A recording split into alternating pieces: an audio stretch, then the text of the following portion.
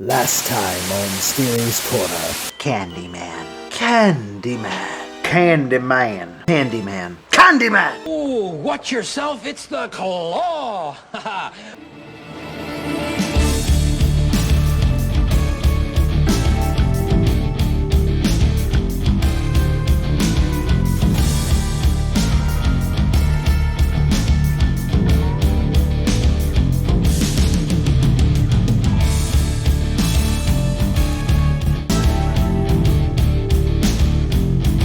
Pop quiz, hotshots. What does American Pie, the TV show Monk, Scooby-Doo, and an Inviso movie from the 1960s all have in common? That's right, the 2001 sorta horror remake of the classic 1960s film 13 Ghosts. So, let's get prepared like they do in the movie. Let's lose these and put on our ghost vision glasses. Do I have to wear these damn things? Ugh. Hi, are these prescription? Like this? Broke out my Joaquin makeup for this. It's better not ruin it. As we continue our journey, this is day 5 of my 31 Days of Halloween Watch-a-Thon, continuing with 13 Ghosts. In 2001, director Stephen Beck was charged with kinda sort of remaking a William Castle classic from the 1960s, known simply as 13 Ghosts.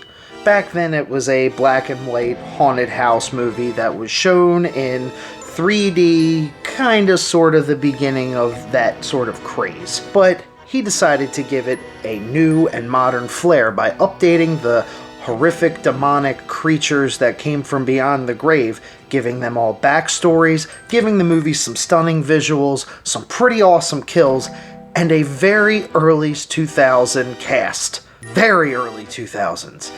This movie is a guilty pleasure of mine, because it's not that great on the surface, but the potential that it has to actually be that much greater is just, it's right there. This movie does have quite a few big names in it. Matthew Lillard, for instance, famous for being in Scream, and of course, as Shaggy in Scooby-Doo. Shannon Elizabeth, known for the remake of Night of the Demons, and of course, American Pie. Tony Shabalow, who's been in the TV show Monk. He was also famous for being in the Men in Black films, and had a pretty awesome role in another one of my favorite movies, not horror-related, Galaxy Quest. Rounding out the cast, we also have Oscar-nominated actor F. Murray Abraham.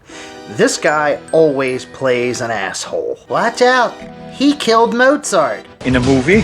Amadeus, you won 8 Oscars! What? And finally, not at the bottom for any particular reason, but just from notoriety in the film world, but not in the music world, Flip Mode Squad's own Rod Digger. Flip Mode Squad gonna give it to you. Flip Mode Squad gonna give it to you. Thank you. Let's set the stage. Millionaire ghost hunter and capturer Cyrus Kritikos, played by F. Murray Abraham, at an abandoned junkyard, is joined by his psychic and medium Dennis Ravkin, played by Matthew Lillard. The two are on the hunt for what he believes is the last ghost on this list. Cyrus claims that he's running around collecting all of these ghosts to keep the world safe because of their vengeful and horrible and they're bad ghosts. They're really bad. But the ghost doesn't seem to be responding to the normal ways that they try to draw them out and attract them, so Cyrus brings in the big guns.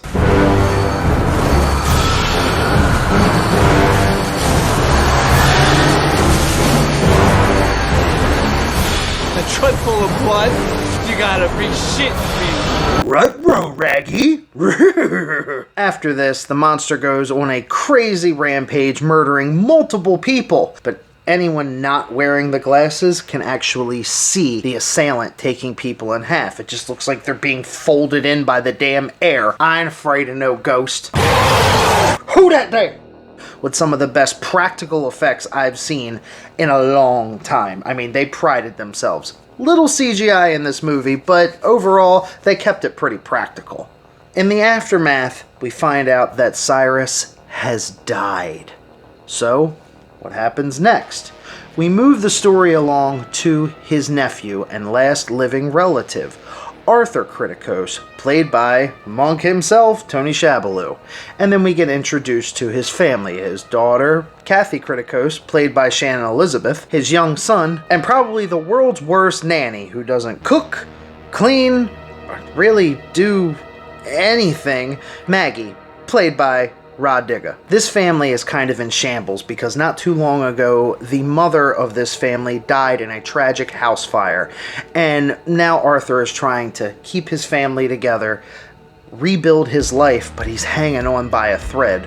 So the news of his long-lost uncle that he really didn't speak to, leaving him his entire inheritance, was nothing short of a miracle. They get taken to his last property, Cyrus's last home dwelling, which is an amazing spectacle on its own. A gigantic mansion made out of glass. This glass mansion was practically built. They really legitimately built this thing for the movie. It was pretty freaking awesome, and it's a sight to behold. So as the family starts to go in and explore and look around the house and their new dwellings, they're so overwhelmed with joy of all the new different things that are around them that they get to see. Then the bottom starts to drop out.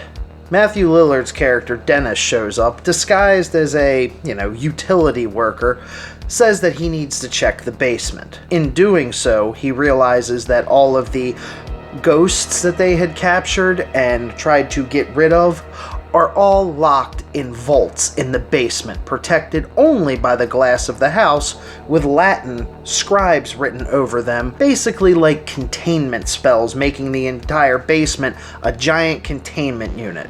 Ghostbusters eats your heart out. The Latin on the walls actually had a practical application, not originally in the movie. The cast and crew couldn't help but running into the glass walls because they couldn't tell where it started and began. So the production designer decided, hey, let's put some old Latin scribes against the walls so there's actually something for us to stop at.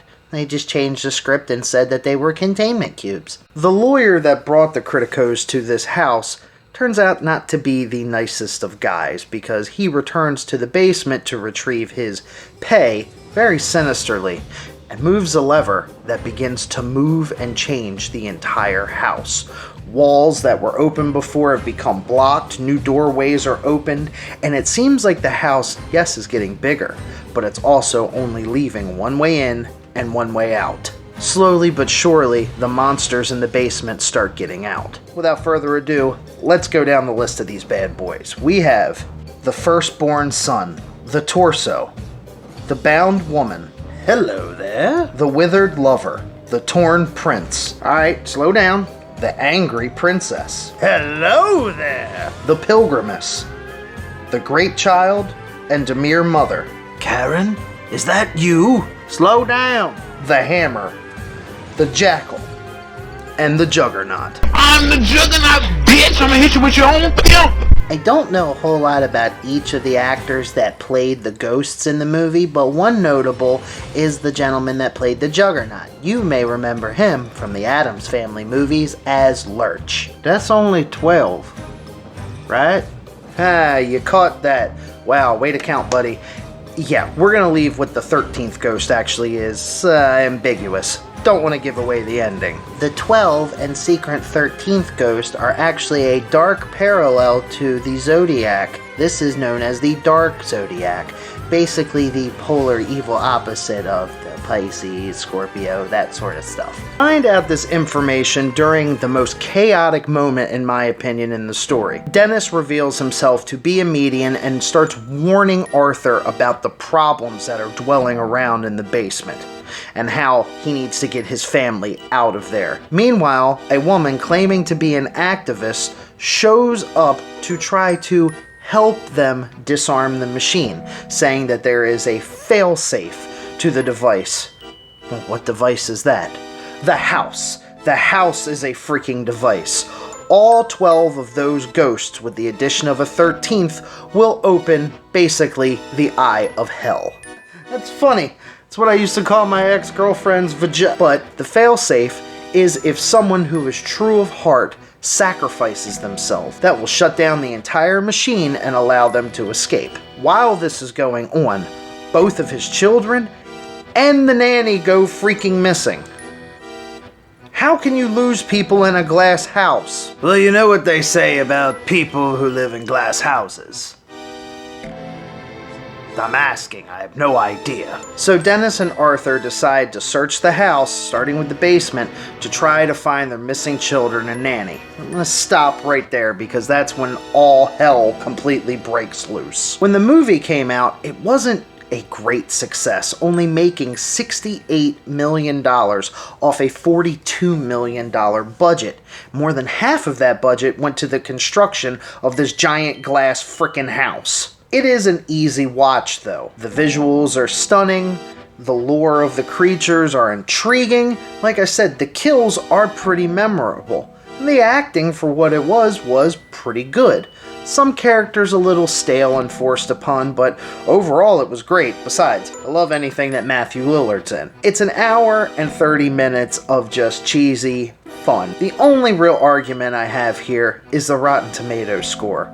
17%, come on, it's better than that. The visuals and practical effects in the movie garner it a better rating than that. I think they got robbed. But we're all just proud of Shannon Elizabeth for actually managing to keep her clothes on during this movie. You go, girl. I'm the juggernaut, bitch! Well, that's all the time we have for today. But tune in tomorrow and every single day in the month of October for a new video every day. That's right, we're doing all 31 days. Please make sure you like, share, and subscribe to the channel, and continue watching with us as we embark on one of my favorite horror classics tomorrow.